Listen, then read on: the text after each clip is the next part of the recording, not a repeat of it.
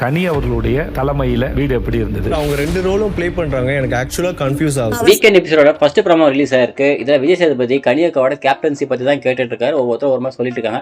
அதுல கமுதின் என்ன சொல்றாருன்னா, அவங்களுக்கு வந்து 2 டபுள் ஸ்டாண்டர்ட் இருக்கு. ஸோ அதில் எது அப்படின்னு சொல்லிட்டு எனக்கு எதில் நின்று பேசுறாங்க அப்படின்னு சொல்லி ரொம்ப கன்ஃபியூஸாக இருக்கு அப்படிங்கிற மாதிரி சொல்லியிருப்பாரு. எஸ், அதுவும் கொஞ்சம் உண்மை தான்.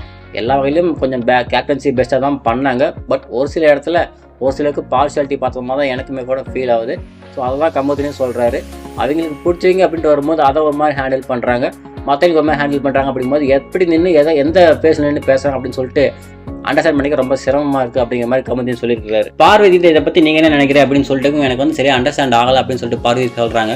அதுக்கு ஓ அப்படியா, 2 பேரும் திரும்பி நில்லுங்க, நீங்கள் ஜெயிலில் ஒரு மாதிரி 2 பேரும் நின்று பேசிட்டீங்களே அந்த மாதிரி பேசிக்கங்க, அவருக்கு புரியும் அப்படின்னு சொல்லிட்டு சொல்லவும் அப்பயும் கமுதின்னு சொல்கிறாரு, இல்லை இப்படி இல்லை, நீங்கள் வந்து ஜெயிலில் வந்து 2 பேரும் குசு பேசுனீங்களே அந்த மாதிரி பேசாமல் கொஞ்சம் சவுண்டாக பேசுங்க, அப்போ தான் அவருக்கு புரியும் அப்படிங்கிற மாதிரி விஜய் சேதுபதி சொல்றாரு. சொல்ல வரது எனக்கு இன்னும் கேட்ச் ஆகல. பாரு இப்படி திரும்பிக்கோங்க, பாரு இந்த ஐபிஆர் சத்தமா பேசுங்க, ஜெயிலில் உட்காந்து பேசுற மாதிரி குசு பேசாதீங்க. ஆக்சுவலாக பார்த்தீங்கன்னா இந்த வீக் ஃபுல்லாகவே கமர்தினும் சரி பார்வதியும் சரி எவ்வளவோ பிரச்சனை பண்ணியிருக்காங்க, எவ்வளவோ சண்டை போட்டிருக்காங்க, எவ்வளவோ விதிமுறைகள் பண்ணியிருக்காங்க. ஸோ பேசுறது எவ்வளோ விஷயமா இருக்குது.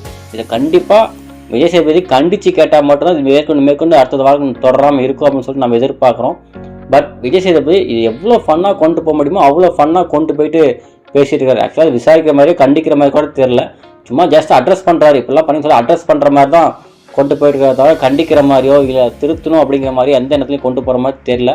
இது கண்டிப்பாகவே ஷோக்கு ரொம்ப பெரிய பாதிப்பாக இருக்கும். ஏன்னா எல்லாத்துக்கும் காரணமாக பார்த்தீங்கன்னா எல்லா பிரச்சனையும் காரணமாகுது கமர்தினும் பார்வதியும் தான். அவர் நிறையா வார்த்தை வர்றதுலேருந்து இவங்ககிட்ட இருந்தால் மற்றவங்களுக்கு ஸ்ப்ரெட் ஆகுது. ஸோ மற்றவங்களுக்கு தைரியம் வருது, எதை பண்ணாலும் பிரச்சனை இல்லை, விசை எதுவும் கேட்க மாட்டாதுன்னு சொல்லிட்டு இவங்க பண்ணுறதும் தான் மற்றவங்க கற்றுக்குறாங்க.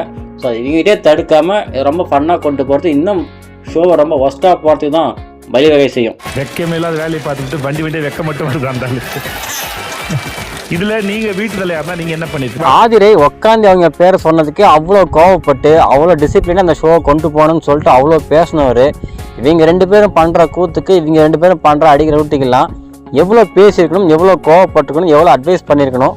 பட் இது எதுவுமே பண்ணாமல் அதை என்கரேஜ் பண்ணுற மாதிரி ஃபன்னாக கொண்டு போயிட்டு இருக்கிறாரு. இதை எந்த விதத்தில் எடுத்துக்கிறது அப்படிங்கிறது யாருக்குமே தெரியல. வணக்கம், நீங்கள் சொல்கிறேன் சொல்லுவா, அது என்னுடைய கேம் நான் கேம்